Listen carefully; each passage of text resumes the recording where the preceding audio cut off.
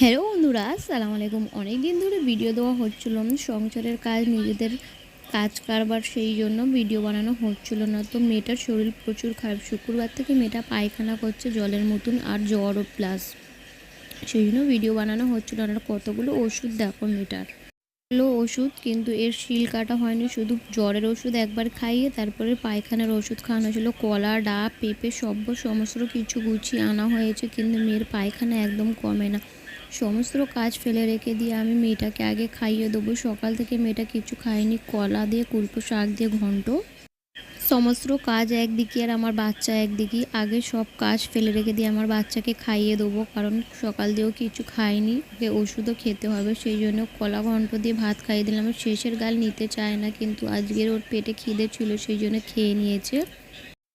বাচ্চার পায়খানা বন্ধ হয় না, দেখা যাক অন্য জায়গায় নিয়ে যাবো। তো এখানে বাসন পেলা ধুতে এসেছিলাম, ঘাটে ভিড় ছিল, মেয়েটাকে ফোন দিয়ে গিয়েছিলাম, দেখতে দেখতে ঘুমিয়ে পড়েছে। তারপরে কি সমস্ত কাজ সেরে নিয়ে এসে বাসন পেয়ালা মেজে নিয়ে এসে তারপরে এখানে মেশিনে বসে পড়লাম। 1 কাপ চা নিয়ে এখানে কাজ করব। তো এই মালটাকে এখন সেলাই করবে। এটা হচ্ছে হাত। এই মালটা ফিনিশিং পুরো এমন লুকিং দেখো, এই কেমন লাগছে অবশ্যই কমেন্টে জানাবে কিন্তু।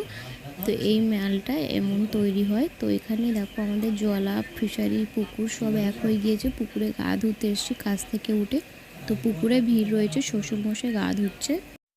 আর তারপরে দুপুরবেলা খেয়ে একটুখানি ঘুমিয়ে পড়েছিলাম। সন্ধ্যাবেলা মেয়েকে নিয়ে আবারও ডাক্তারখানা চলে গেলাম। তো এখানে আমরাই একাই থাকি, আর আমাদের বাড়ি পুরো জলার শেষেতে, একদম নিরালা, একদম শেষেতে। আমাদের এখানে কিছু হলে কেউ জানতে পারবে না।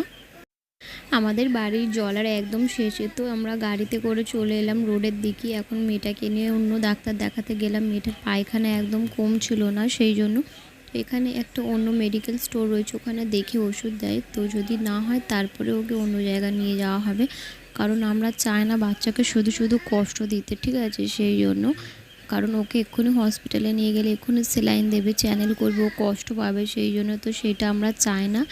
তো দেখা যাক কি হয়, আল্লাহর কাছে দোয়া করো আমার বাচ্চার জন্য। আর এখানে একজনে ইঞ্জেকশন নিচ্ছিল। তো মেয়েকে ডাক্তার তো দেখানো হয়ে গিয়েছিলো, এখানে ওষুধ নেবো বলে দাঁড়িয়েছিলাম। তো সব কিছু করা হয়ে যাওয়ার পরে এই বাড়ির দিকে ফিরে যাচ্ছি। তো আমার ভিডিওটা তোমরা কে কোথায় থেকে দেখছো প্লিজ কমেন্ট করো, ভালোবাসা দিও, চ্যানেলটাকে একটু সাপোর্ট করে তোলো। তো ফের ডাক্তারখানা থেকে এসে এখানে বসে পড়লাম, ফের কাজ নিয়ে কাজ করব। চা পানি খাওয়া হয়ে গিয়েছে, নিয়ে এখন বসে কাজ করছি। এরপরে উঠে ভাত খাবো। যদি ভালো লাগে প্লিজ চ্যানেলটাকে একটু সাপোর্ট করো আর আমার পাশে থেকো। তো এই পিঠটা এরকম করে